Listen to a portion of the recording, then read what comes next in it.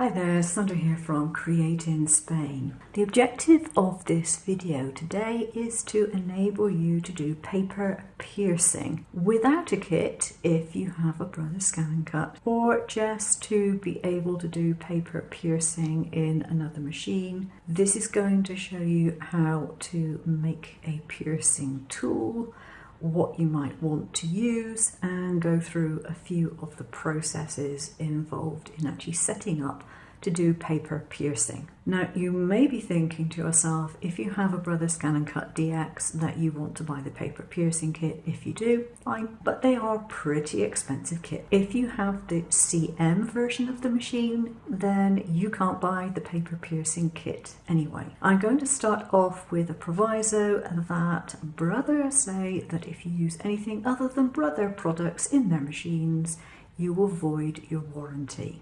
So any risk you take is yours and yours alone. If you have a machine which is still under warranty, you may not want to take any risks whatsoever. This is an example of paper piercing, and I hope the camera's picking this up. You have lots of tiny little dots. I've got some bigger ones there, but you have lots of tiny little dots, and you have a cut line around your item. Now, this is a relatively thin card. I have to admit that the paper piercing kit for Brother specifies that it is only for paper. What it doesn't tell you is how heavy a paper you can use. It gives you a completely unfathomable, to most people, thickness of paper. And I forget what the measurement is, but unless you have a specific measuring tool, you're not going to know what thickness your paper is. You will know it by weight, but they don't give you the weight that it will cope with, just the thickness, which is pretty much useless as far as I'm concerned. This card is about, I think it's 200 GSM. It's not particularly thick card. It isn't the sort of stuff that I would make a card base from. It's the sort of stuff that I would put as embellishments and things. So this is one example. This is another example. This shows up much more because it's made with something which has a bigger point, or shall we say a wider circumference. A bigger circumference is probably the most accurate. So you can have very fine, or you can have coarser holes. To make a tool for piercing, it's going to have to be a tool that goes into the pen holder. It needs to be held firmly or it's not going to work. Now, I've made several versions of this tool because I have several methods that I can use to put tools into pen holders. I have a Brother pen holder, I have the small barrel pen holder, and I also have some holders that are 3D printed that I made for my CM600, I think it is, when I had that. So I have some of those holders as well. Because I'm able to 3D print things, I have that option. There is, however, another holder which is available, which I am told is very good. I've not got one, and that is made by Fun Prints. And I will go into why you might possibly want to get that one. So how do you make a sharp tool that is going to make these kind of marks? So I'm going to bring mine over and we'll go through them. Now, the first one, which is probably the very, very easiest, is this one here. I have a set of dental picks that I purchased for craft use, and I have an empty pen. Put the dental pick through the nib place and just put it in. I did have to sand the inside the barrel just a little bit because there was a lip that was causing me problems. That is a pretty good tool for doing this kind of thing. The trouble is, the barrel is not exactly very grippy. It's quite slick, and I have found that my Brother pen holder, this is the small barrel one, and I would put that in there, lift this up, turn it around, and hopefully get it locked. Now, even with a normal pen in there, sometimes it just doesn't quite lock as tightly as I might like, and as you can see, this isn't going to grip very well. So that's really not an option which is going to work well for me. I don't know if the universal pen holder is any better regarding gripping, but that one's not wonderful. The next option you might want to consider is one of these things. Now, this is normally a double-ended dotting tool, which is used for nail art and stuff. I managed just to file away with a very coarse grade nail file, just file away the ball on one end to form a point. And if you can hold that securely in your pen holder, then that would do the trick. Now this one has got a very fine point in it. This is in fact a pen which I have taken to pieces, and I have put a sewing machine needle in it. Whoops, just lost the back of my, whoa, let's go walkies. What you do is you see where your nib is, and then you put a needle inside and you stick it out the same amount. Now the advantage of this particular one is that it's retractable, so it's a bit safer. Do make sure if you do this that you wear gloves when you manage to get the pen apart and take the ink from it. I didn't yesterday and I ended up with green fingers, green nails. I looked terrible yesterday afternoon. What I did was I managed to put some glue, some hot glue on the end of the needle and then pushed it into here. Now this was not easy to do because it was a very, very tight fit. So it wasn't the easiest of things to get glue into it and then to actually put the needle in. But this goes back together in the usual manner. Put the spring on. Do make sure you do it the right way because it's got a marking on the front of the barrel for the spring to rest on. And then you just screw it back up together and you've got your pen nib replaced with a very sharp needle. Now the reason I originally made this was because I thought it would be a great way of making a vinyl weeding tool. And it is very good at vinyl weeding, so this is actually dual purpose. But you can use it to do paper piercing. It will give you very fine holes. The finer the needle that you put in your tool, the thinner the paper will have to be for it to work, because you cannot put too much pressure on a very thin needle without your needle breaking. And the machine just won't exert enough pressure to make a really good hole in something which is too thick.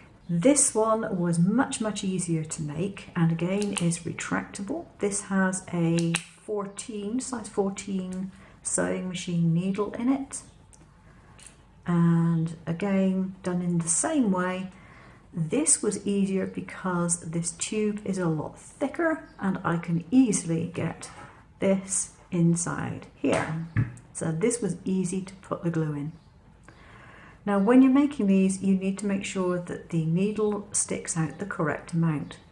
So you need to look at your nib, work out how far it comes out from the end of the plastic and mark your needle accordingly. Otherwise, you could end up with your needle sticking out even when it's retracted, and that would kind of defeat the object of... Shot the nib across the room and it happened to landed right by my chair. That was clever. That would defeat the object of the exercise if it didn't retract, so do be careful with that.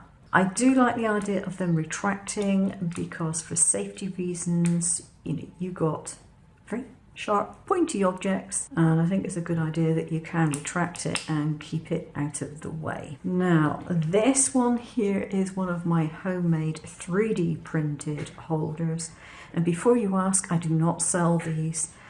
I got the file for the basics of this from Thingiverse, which is a website that does sharing of 3D printer designs and things like that. So I got the basic design from that. I have altered it a little bit, and then I filled it with hot glue and stuck my needle into it. So that's another way of doing it. But this needle is a much bigger needle. This needle is one of these. They're from Organ Needles, and it's a size 23, 160 or 23, depending on which version your country uses. And these are designed, I believe, for leather sewing, I think it is. So these are really quite chunky. And the reason I have these is because when I have my silver bullet, I had a piercing tool, and these are the needles that it took to go inside the piercing holder. And that will give you a bigger hole, which is why that has got bigger holes than this one does. This is a size 14 and that one was the 23. So I know that this will fit my holder, you know, my tool holder, and I know that it is set to the correct length because I used this to make sure that it was the correct length. And so I can put this in my machine, it just slots in as normal. It's got the markings on the back that tell it that it's a drawing tool. And so I can pop that in and off it goes. So how do you set your machine up or your software up to do a piercing file? Well, first of all, I'll tell you about the software and then we'll go into the actual machine bit. So to do the setup for Brother machines specifically, although you can use it for other ones, you want to set it up to tiny dashes. Now in Canvas software, it's the one directly underneath the solid line that I used, and that will do the thing fine. There may be other settings on there that will do it. I haven't tried the others, so I don't know. But what you want to make sure is that when you do it, you set it to draw. And you only want to put a tool in after the first initialization process, where the carriage moves and sorts itself out. You don't want to put it in before that. You want to have the machine set to thick cutting. So if you've got a DX, that's on scan number 2. And you want to practice your dashed lines, first of all, with a pen to make sure that you have got the lines correct, that it is going down, up, left or right or whatever, down, up, move, down, up, move, and not going down, move, up, as it would if you were using a blade. So once you know you've got that right, you can put your tool in and you can start up. Now the mat situation, this is the secret to the whole thing. It's a piece of cheapy craft foam. It's only about 2mm thick. You can get some which is even thinner, I think, which if you don't have a DX, you might want to get the thinner version again. If you can normally cut this kind of foam on your machine, then it should be fine. But if you always have to cut the thinner version, then I would suggest getting the thinner version to do it.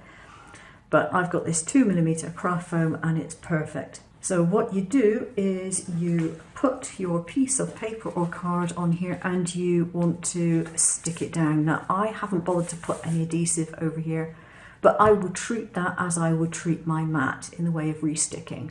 So either a zig or Eileen's tack it over and over, apply that, and you can put your paper down quite happily. I would still tape it down. It's probably best to tape it down on the edges regardless. So you then put that to your machine. Now you have your lines set to draw. If you want to do a cutout, you need a cutout line as well. And what you do is you put it to your machine, you do the draw lines first, i.e. the paper piercing first, and then you do your cutting. Now for your cutting, if you have a DX machine, all you do is set it to half cut, maybe set it to even minus something on your half cut, because all you want to do is go through the paper or card. You don't want to go right the way through your foam as well. If you cut into the foam, that's fine, as long as you're not cutting all the way through. If you want to do a lot of paper piercing, I would suggest getting a bigger piece of the foam. I can get it in big, like A3 sheets. But get a bigger piece of foam and cover an entire mat and keep that particular mat. It could be an old mat that, you know, isn't up to much these days. Use that as your base and just keep it for doing that. And this will last you quite a considerable length of time, but it's cheap to replace anyway. So you set your machine to do a shallow cut on a low pressure, and it will cut out that without going all the way through the foam, and you end up with your paper piercing piece. Very easy to do. You don't have to faff around removing the foam or anything, just keep it there while you cut, in the same way that you would if you bought the kit. Because I suspect that the kit has just got a thin piece of foam, actually. I don't know, but that's what I suspect. If you are using Shortcuts a lot, Shortcuts a lot has a setting in it which is paper piercing. But if you are cutting with a Brother machine, do not use that setting. It doesn't like it, it doesn't recognize it, and it's not going to work well. Just use the dashed lines in the same way. In Shortcuts slot, you can adjust your dashed lines to however you want. So make sure you are just doing a dot. Follow up with a test with a pen in your holder to make sure that's what you're doing before you put your needle in. If you are not using a Brother scan and cut, you can set it to cut lines. You can use whatever setting your particular machine will take. If I was using a Silver Bullet, I'd put it on cut and I would just let it do its own thing, and I would be adjusting the pressure accordingly. I do not know about the Cameo these days. I suspect you probably wouldn't be able to use the paper piercing and the SCAL with Cameo. I don't know. But I do know that the Silhouette Studio software has dashed lines and sort of like dots in it anyway, so you really wouldn't have to worry. So now, the bonus bit. I did mention to you that these tools can be used, particularly these retractable ones, which are quite handy, for doing vinyl weeding, and yes, they can. But this method with the foam on top of your mat can also be used for doing things like stitched rectangles and stitched circles. If you've ever done those before, and I'm talking about with a blade in place now, not one of the pointy tools, if you've ever done that before, you will know that it's actually quite hard to get a really good effect, as if you were using a metal die. Well, I've got news for you, because if you use the foam on your mat and you do the same thing as you normally do, but with foam underneath it, you get a much better result, and it looks very, very similar to the result caused by metal dies when you have the stitched dies. And of course, you will not be limited to circles, rectangles, squares or hearts. You'll be able to do whatever shape you so desire. All you need to do is to put it to dashed lines, put the foam underneath your paper or card, and continue as normal. And again, you can use that to actually cut through the card and not cut through the foam, and you don't even have to move it to do your outer cut lines. I think that's about it. If I think of anything else, I will put it in the info box down below. But I hope you found that useful, and I hope it saves you a lot of money. Take care now. I'll see you soon. Bye bye.